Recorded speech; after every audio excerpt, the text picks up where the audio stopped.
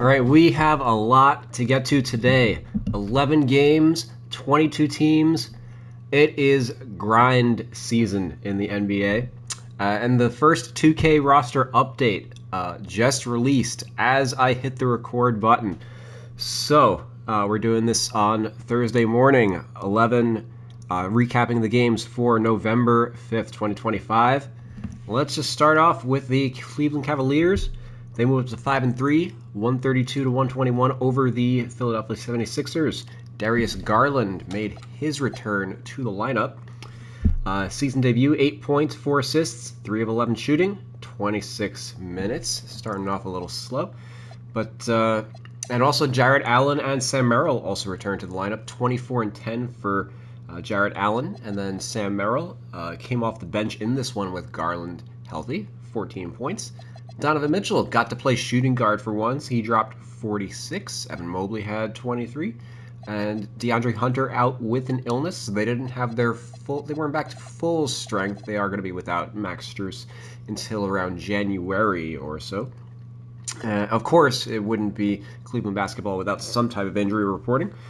Dean Wade left after 38 seconds with an eye injury. Hopefully, he's okay, and that it's not a terribly long absence. Maybe he has to wear goggles or whatever.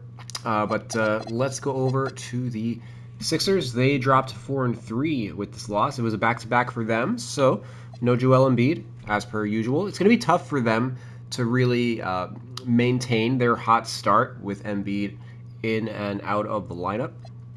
Maxey, he had 27 and 9, so still chugging along. VJ had the first dud of his career, 7 points on 3 of 14 shooting, 0 for 5 from 3. Kelly Oubre, 19 points, 4 threes. He's been pretty good to start the year. Quentin Grimes added 27 off the bench, and Andre Drummond filling in for Joel Embiid had 13 and 13 off the bench. Going over to Detroit, they moved to 6-2 with the win over the Utah Jazz. Past them, there we go. 114 to 103. Tobias Harris still out. Isaiah Stewart got the start. Cade Cunningham, 31 points, 10 assists. Jalen Duren, 22 points, 22 rebounds. Not a ton of other notes to go there, so we'll just go on over to the Utah Jazz. They go to 3-5 on the season. And some bad news for them. They lost Walker Kessler for the season after he got some testing on his shoulder. It was discovered that he has a torn labrum in his left shoulder. It's his non-shooting shoulder, which is good. But he's done for the year. Only played 5 games this year. He's going to be a restricted free agent after not getting an extension. He's been consistently in trade talks for Utah, so it is possible that he may have played his last game in Utah, but he was having a breakout season statistically, and just because he's a restricted free agent and all that stuff has gone on with him, the Jazz do want to keep him around. I think they have a bunch of cap room that they're going to try to use, and then they're going to use bird rights to essentially go over the cap to sign him. So it does seem like they're going to go that path with him. It's a similar path that the Pistons wanted to take also with Jalen Duren. There's a lot of restricted free agents this year that didn't get it's not the same situations as Cam Thomas, etc., where the teams actually didn't really want to sign them to long-term deals. It's more that they just want to use the cap space that they have in order to create the best long-term roster possible for the team. So a little bit of a rating edit for Walker Kessler, as given whenever players are out for the year, you essentially get to recap, where they were for the entire year. I have him as a top 15-ish center at a 84 overall, +2 from where 2K's got him at. He played 5 games, 154 minutes this year, 31 minutes per game, had a 21.5 player efficiency rating, career high 14 points per game, 11 rebounds per game, career high 3 assists per game, 79 true shooting percentage on 16% usage. Obviously, that's a career high. Obviously, I say career high. Obviously, only 5 games, so those don't actually qualify him for any type of leaderboard or whatever. But it's worth. I just wanted to note that those are he had shown quite a bit of improvement, and I do think that a lot of those numbers would have held up. The 79 true shooting. For his career, he's 68% true shooting on 13% usage. So he was shooting it. He was a little bit more of a bigger part of the offense than he had typically been. He led the league in offensive rebounding percentage last year with 16.6%. This year he was at 16.2%, so still on pace there. His assists were up 3 per game from 1.7, so close to doubling. His steals were up 1.4 from 0.6, so that more than doubled. And then his free throw percentage was up to 70%, 14 of 20 from the line after 52% last year, and he was a 55% career free throw shooter. And then his three ball, 6 for 8 on threes after going 6 of 34 last year. So 75% from three versus 18% from three. And he did that on 1.9 threes attempted per 36, which is much higher than he had typically done. So I think what I'm actually going to do, I'd already edited his ratings to get him up to this 84. I think that I normally don't do this, but this is like a situation that's never actually come up since I've been doing 2K ratings, where like it's very clear that he improved as a shooter. Normally, I would completely ignore a 20 free throw sample, but because of just how much he improved as a free throw shooter, I don't think this 55 actually is indicative of where he is as a free throw shooter. I think that I should actually boost this up to a 70 after giving it some thought, as I do think that's something that will probably hold up. Maybe I'm wrong. It was his non-shooting shoulder that got hurt. I'd be a little more hesitant if it was his shooting shoulder. I think this is solid, and we'll know, this time next year whether or not this is the wrong decision. But yeah, that's the decision we're gonna make on the fly. And then just covering the rest of Utah's performance from this game. Nurkic, he should be the starter for the Jazz moving forward. He had 6 points, 17 rebounds in this one. Not the most efficient scorer in the world. It is possible that Kyle Filipowski could end up in the starting unit again, but he doesn't really offer much in the way of rim protection. So as long as they're playing Lauri Markkanen, I wouldn't anticipate too much of a change to their current rotation. Steve Mikhailiuk led them with 28 points in this one. He is stupid underrated. The most underrated player, one of the most underrated players in the 2K roster, like dating back for like the last 4 years. I still haven't gotten the chance to get his rating in, but he absolutely should be the highest rated two guard on the team. And he's somebody who I will try to get a rating in the next 48 hours. And Lauri Markkanen, of course, had 25 points. He's been solid throughout the year. Let's go on over to the Brooklyn Nets. They actually got their first one of the year, moving up to 1-7 on the season. 112-103 over the now 1-7 Indiana Pacers. Michael Porter Jr. made his return and started at small forward.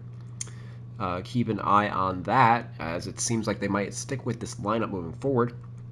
MPJ in his return from a one-game absence for personal reasons, 32 points, 11 rebounds, best game of the year at his natural position. So definitely worth noting. Noah Clowney, he got the start in the absence of MPJ, and he was pretty effective, so they kept with him as the starter, and he had 17 points in this one, so it does seem like they might move forward with this. Terrence Mann was the starting point guard, essentially, which I think makes more sense than having like Tyrese Martin there. He had 15 points, 6 assists, so might make a few adjustments there, although there might be a lineup change, again, moving forward. Nick Claxton had 18 points, 10 rebounds, 6 assists again. Third consecutive game where he either tied or led the team in assists, so he has been a bigger part of the offense. And then Cam Thomas, he left this game after 5 minutes with hamstring tightness, so he might be out of the lineup moving forward. That's an easy fix. Tyrese Martin, who had started the last couple of games, he'll probably just step forward into the starting lineup.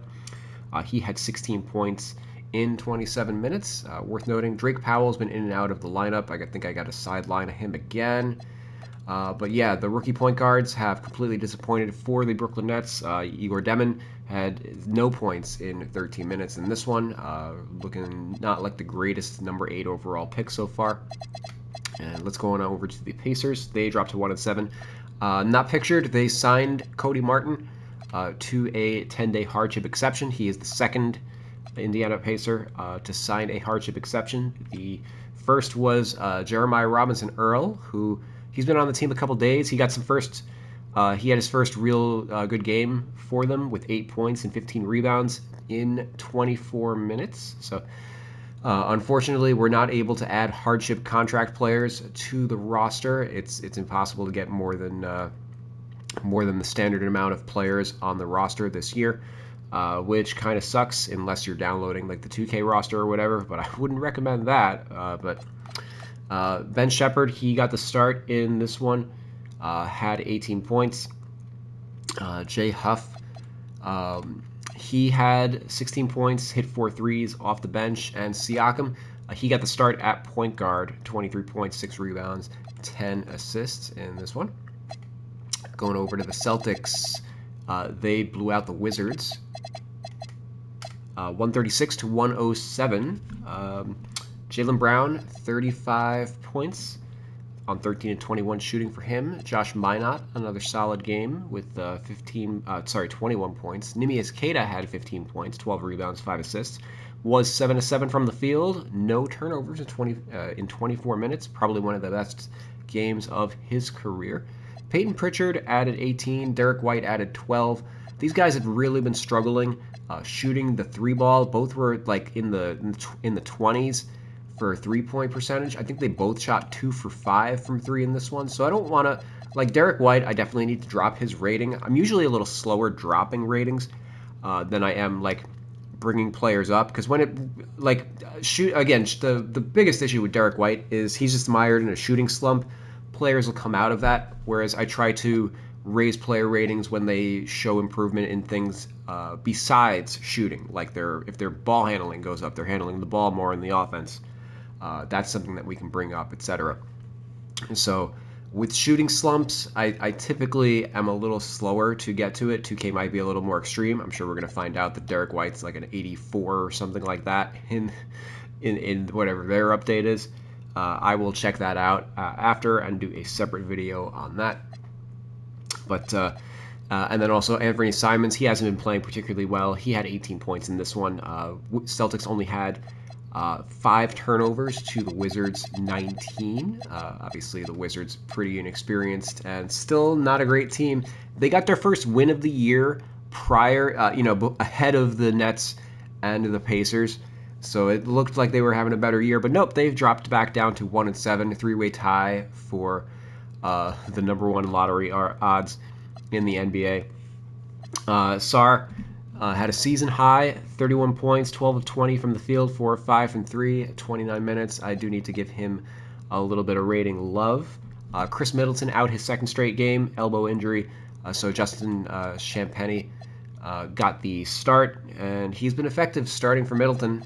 12 points, 4 of 4 from the field. Maybe he ends up sticking in the lineup. We'll see how long Middleton's out for. Bilal Coulibaly, he left this game early after 16 minutes with leg tightness. He was 0 for 5 from the field during that time. And CJ McCollum, I need to drop his rating in a big way. 3 points, 1 for 10 from the field. He is looking washed. Going over to the New York Knicks, they moved up to 5-3, blowing out the Wolves. 137-114. Jalen Brunson, 23 points, 10 assists. OG had 25. Cat had 15 and 10 against his former team. He was questionable coming in.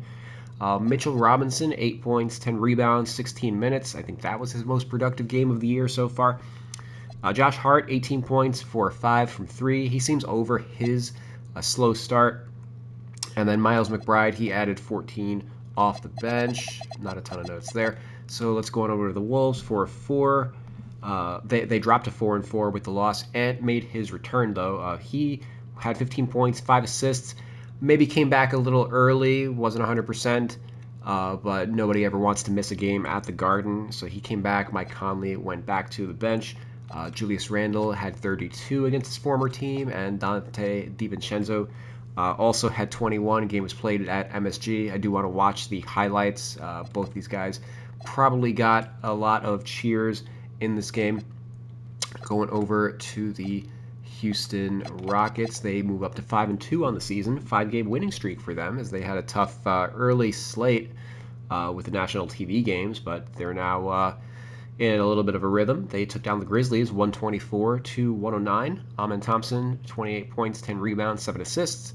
Alperen Şengün, 20 points, 16 rebounds, 7 assists. Both those guys have been dominating. KD struggled again with 11 points on 5 of 18 shooting. He's probably probably should have a lower rating than Şengün for the season. We're not going to see KD make the All-Star team this year. He's still a top 40-ish player, but it's pretty clear that he's not the top dog on the Rockets, which is fine. And Jabari Smith Jr., 16 points for him, 36 minutes, returning from an ankle injury. Tari Eason hit the bench, but was still productive with 16 points. And Josh Okogie, he's been a revelation this year, shooting the ball a lot better, 13 points, 3 for 5 from 3. Probably got to get him up to an 80, 81 in his 3-ball. And then Reed Shepherd had, I think, his best game of the year so far, 12 points on 5 of 7 shooting. 17 minutes for him going to the Memphis Grizzlies. They dropped to 3-6 on the year. Ja Morant, 17 points, 8 assists, 6 of 19 from the field though, 1 of 7 on threes, 6 turnovers. We got to drop his rating just a little bit further, I think. I've been keeping track of the wings in this. I guess before I get to them, Cam Spencer, worth noting. I assume career high. I didn't actually check, but 19 points for him, 5 threes off the bench. 2K's got him at a 68 overall, but he has been effective as the backup point guard for this team. And then Jalen Wells, 3 for 3 from the field for him, but KCP, 1 for 9 from the field.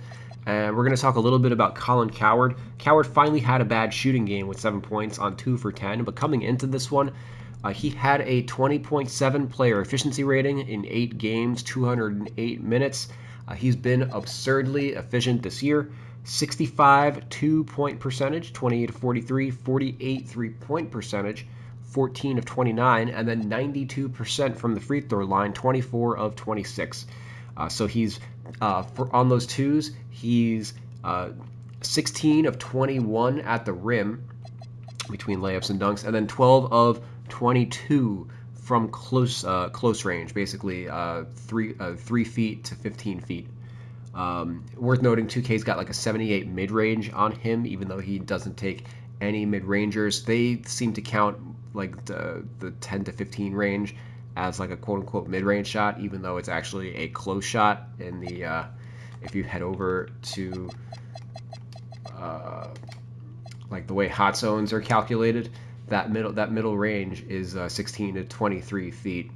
I don't know why they can't seem to figure that out, but he's so, and that's also something that's kind of dated back to NC to college for him. I had him as a 65 mid-range, just doing his scouting report. So I'm not sure why they gave him a mid-range rating so high.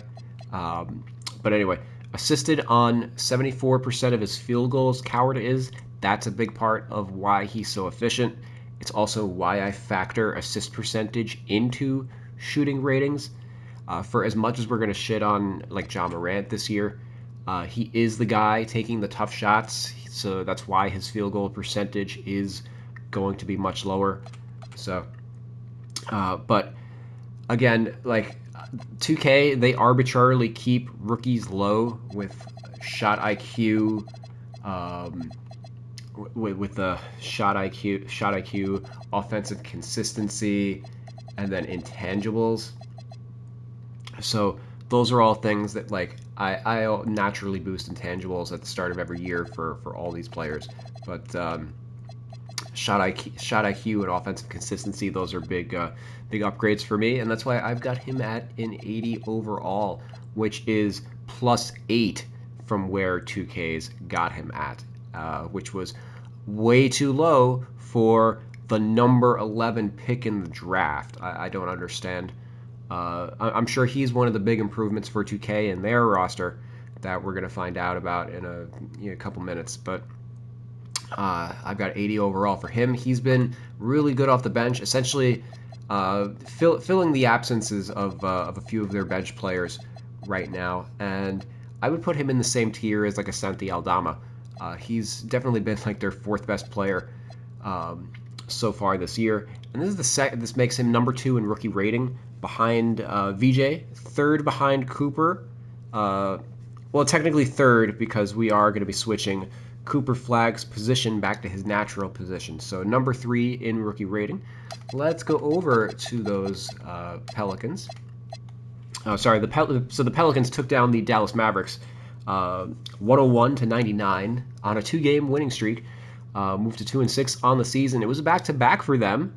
2-0 without Zion, and they were able to beat the Dallas Mavericks, who we'll talk about in a second. Jordan Poole was out in this one, so Sadiq Bey got the start, and he had a team high 22 points. Yves Missi was out again with an illness, so Kevon Looney got the start, and he had 8 points in 15 minutes. Let's see, Jordan Hawkins. No, I gotta get Bey. I'll fix that later.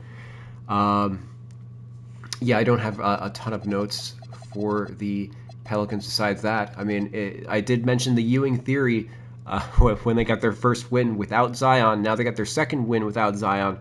I don't know. We might be onto something because yeah, they were able to space the floor more effectively, having more shooters out there. Without him, going over the Dallas Mavericks, who I mentioned with the Cooper Flag thing, D'Angelo Russell got the start at point guard. Finally, I've been calling this for like 2 weeks. 9 points, 3 assists for him. Quiet game, but I don't care. They started an actual point guard. So because of that, Cooper Flag had arguably his best game at his natural position.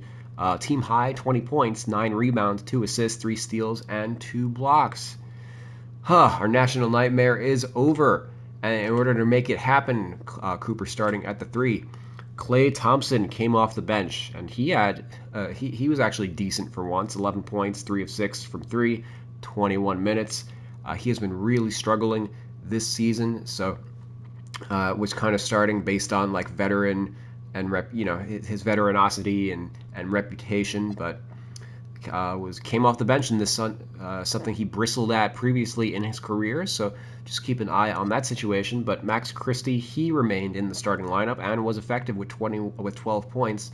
I have his ratings done. I just haven't implemented them into the game. I think that'll bring those guys closer in rating. And then PJ Washington, he was also effective in this game at playing, again, his natural position of power forward, had 15 points, 11 rebounds. So maybe I should switch his position back if Cooper's going to be starting. Yeah, let's do that. Any guess what'll happen when AD, Lively, etc., once they come back from injury? Maybe we have to switch these back again, but we'll deal with that as it comes. AD, not exactly the fastest healer in the world. Nuggets, they go to 5-2, 122 to 112 over the Miami Heat. Nikola Jokic had the fifth triple-double of the season for him. 33 points, 15 rebounds, 16 assists. It is the 7th 30, 15, and 15 game of his career. Only Oscar Robertson has more, with 11 of those in NBA history. Aaron Gordon had 24 points, and Tim Hardaway Jr., he had 18 points. He'll do this once a week, 18 points, and then he'll have like 8 points for the rest of the week. Not one of the streakiest players in the league. And the Heat, a little bit of bummer news. Bam Adebayo left this one after 8 minutes with the left foot injury. He was hobbling after the game. He'll get tested, so hopefully he doesn't have to miss a ton of time because the Heat have been playing pretty well. They dropped to 4-4 on the year. Kel'el Ware came off the bench again in this one, had 13 points, 13 rebounds, getting extra run with Bam out. He'll end up in the starting unit if Bam has to miss time. And Andrew Wiggins he's been starting at the 4 the last 2 games. He had 22 points as they've gone with a small ball lineup. Norm Powell, 23 points. Pell Larson with 6 points in 23 minutes off the bench. Jaime Jaquez is locked in as the 6th man of this team with 21 off the bench. I need to get his rating up to to 80-ish, I would say. Going over to the Lakers, they won their 5th game in a row, moving up to 7-2 on the season, 118 and 116. Luka outdueling Wemby, and was probably the game of the night. Luka had 35 points, 9 rebounds, 13 assists, 1 rebound short of a triple-double. 9 of 27 from the field, though, but made up for it at the free throw line, 13 of 17. Also had 5 steals. Luka is the first player since Wilt to have 200 points in his first 5 games, 40 points per game average after 5 games. Which I assume is a 60-something-year-old record. Math is hard. DeAndre Ayton had his second straight back-to-back good game with 22 points, 10 rebounds. JJ Redick was singing his praises after the game, so they have been able to weather the storm of obviously no LeBron yet this year, but they were also without Austin Reeves. Marcus Smart got the start in this one, had 17 points and 5 assists as well. Jake LaRavia also joining them in the starting unit, but had a kind of nondescript game. But let's go on over to the San Antonio Spurs. They dropped to 5-2 on the year, 2-game losing streak. Wemby struggled a little bit, 19 points, 5 of 14 from the field, 0 for 2 from 3, 9 for 11 from the free throw line, though, so he's still drawing fouls at a high rate. Had 8 rebounds, 3 assists, 1 block, 5 turnovers, and fouled out in 33 minutes. Stephon Castle, he had 16 points, 8 assists, but only 6 turnovers, so maybe they're not just getting the ball to Wemby in the spots that he typically likes. This was their first game without Dylan Harper, who's going to miss about a month. But they did... Oh, no, I forgot to reactivate all these guys. I'll do them as soon as the video is over. But Olynyk, Sohan, and Waters, they all returned. They all made their debuts with the team. Sohan, 16 points, fouled out in 23 minutes. Worth noting, Harrison Barnes, 14 points, also fouled out in this game. So Luka did his work, fouling out the entire front court for the San Antonio Spurs. Fouls are also up league-wide. I've got to do a little bit more research, but you may want to increase your foul tendencies and sliders if you're into that sort of thing. The Portland Trailblazers, they moved to 5-3 on the year, 121 and 119, orchestrating a 22-point comeback over the OKC Thunder. Denny Abdia had 26 points. I got to get him rated higher than Kamara. That's something it's on the agenda. Drew Holiday, 20 points in this one. Jeremy Grant, 20 points as well. He's been really solid off the bench this year as their 6th man. Shaden Sharp, 18. And then Kamara, he's still been solid. I just don't think he needs to be as high as 85, maybe 83. 16 points for him. Blake Wesley, a little bit of injury clarification, who I think his rating also needs to go up a little bit. But he's going to be out for the next 8 to 12 weeks. So the Blazers are a little short-handed in the backcourt. Hopefully Scoot Henderson can come back soon and alleviate some of that ball handling responsibility. And they handed the OKC Thunder their first loss of the season. They dropped to 8-1. They were on a back-to-back without Chet Holmgren because it was a back-to-back. So Shea did everything he could, had 35 points, 9 rebounds, 4 assists, but they faltered down the stretch, obviously. Maybe some tired legs caught up to them. Aaron Wiggins started this game, had 27 points, and then also no Lou Dort had a shoulder contusion in the last game, so AJ Mitchell got his first start. He had 21 points, so OKC still able to weather the storm despite all the injuries.